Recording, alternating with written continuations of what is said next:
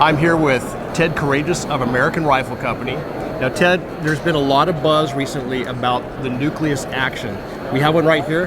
Tell us a little bit about it. So the Nucleus is a control round feed 3-lug action designed specifically for the steel plate match competitor. Yeah, PRS, NRL, that sort of Yep. thing. Yep. Now, I noticed it looks similar to the Mousing Field, but it's different. I understand it's a 3-lug design. Yes. Okay. So it requires 72 degrees of bolt rotation, which is less disruptive to the shooter's position. Okay, so a little bit quicker bolt manipulation as possible.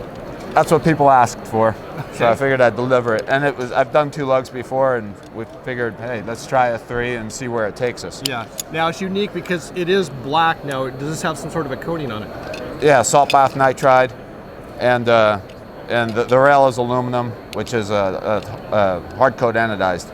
Gotcha. Now, does this have a interference fit, or how's this attached to the actual action? The 5 screws, they have conical heads, so they're essentially over-constrained. The rail is essentially over-constrained with respect to the receiver because there are 5 conical head screws.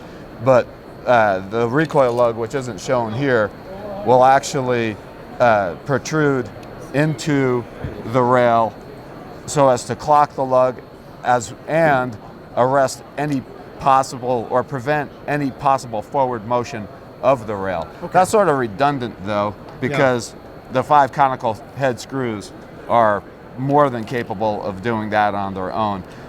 In addition to that, the rail engages the receiver with sort of a V-block action, right? Because the bottom of the rail is it's not contoured to match the receiver, but it is machined to interface in a particular way, which naturally resists yaw. So the rail doesn't need pinning, or the Mousing Field solution was good, but you know, in an effort to make this more affordable than the Mousing Field, I had to come up with something. Now, is the customer able to specify the cant of the rail? Yeah.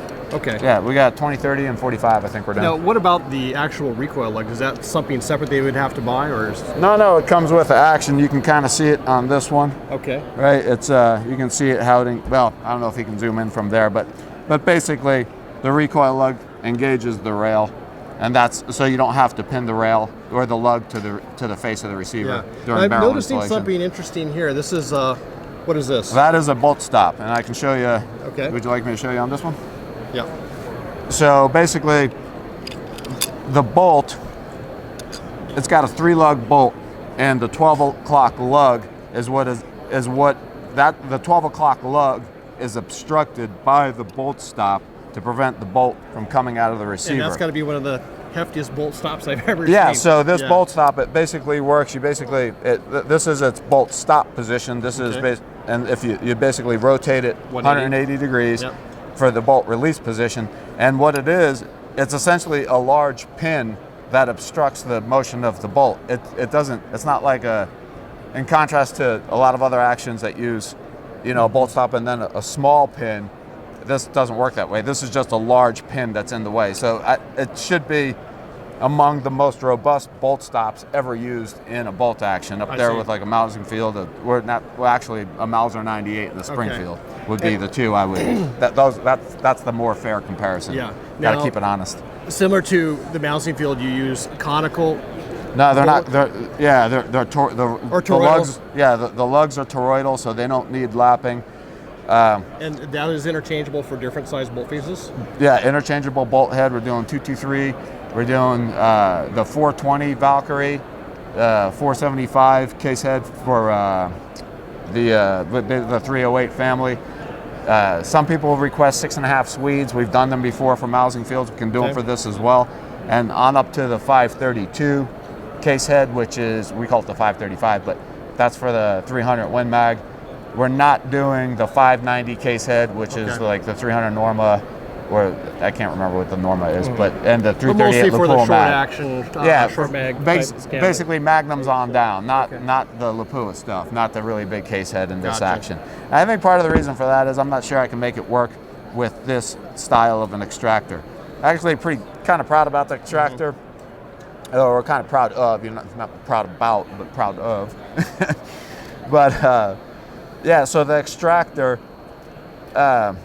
it's trapped between the bolt head and the bolt, and it doesn't use, there's no small pins, there's no springs. Right. It is a spring, right? Because it's engaged by the body of the bolt near the front of it, right? And everything essentially behind the lugs, or approximately behind the lugs, is a spring. This is just a leaf spring. Okay. And what's interesting about the extractor is that it can move forward and backwards a little bit.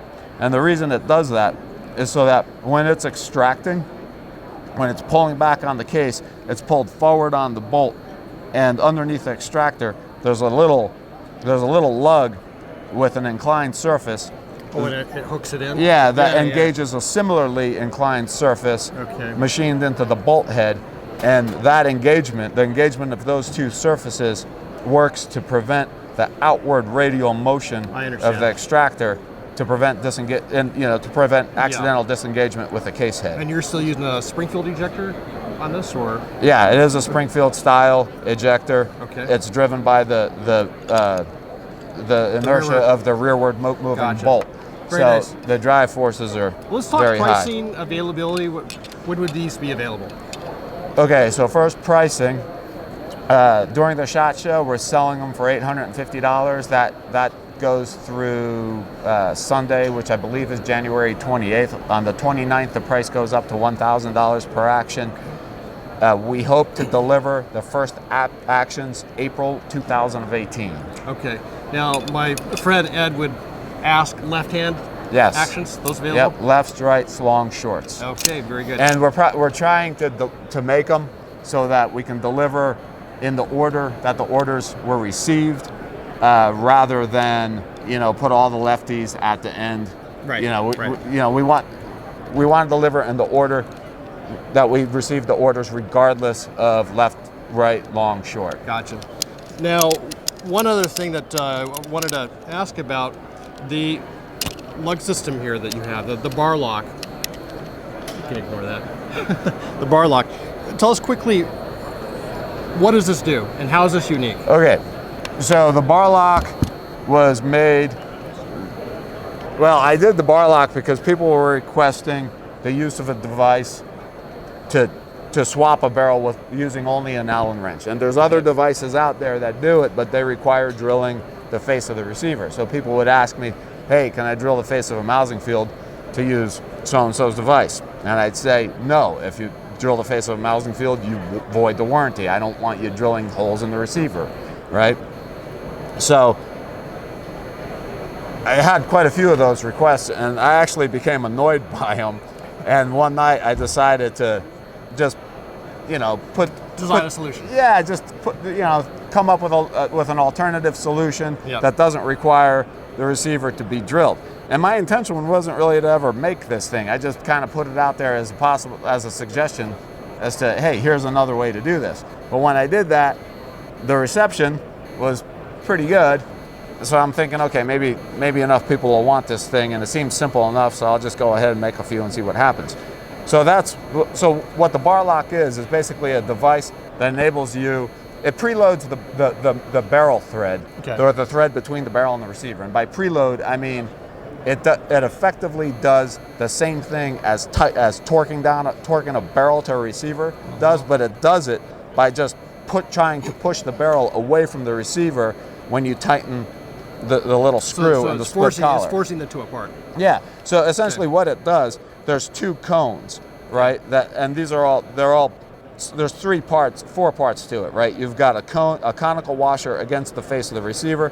You have a nut that's screwed onto a barrel thread, and you can screw it onto a Savage pre-fit, right?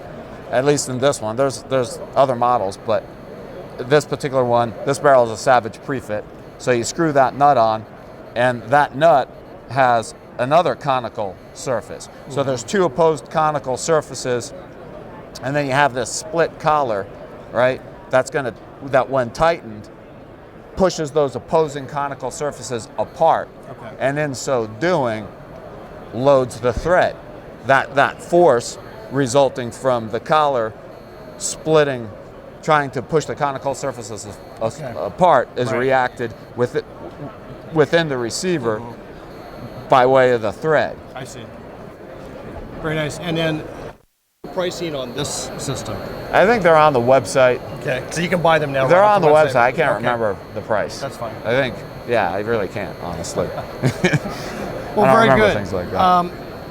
Again, thank you, Ted, for spending time with us and our audience and giving us a rundown on what's new. Yeah, thank you. Best of luck. Yeah, take care. Thanks a lot.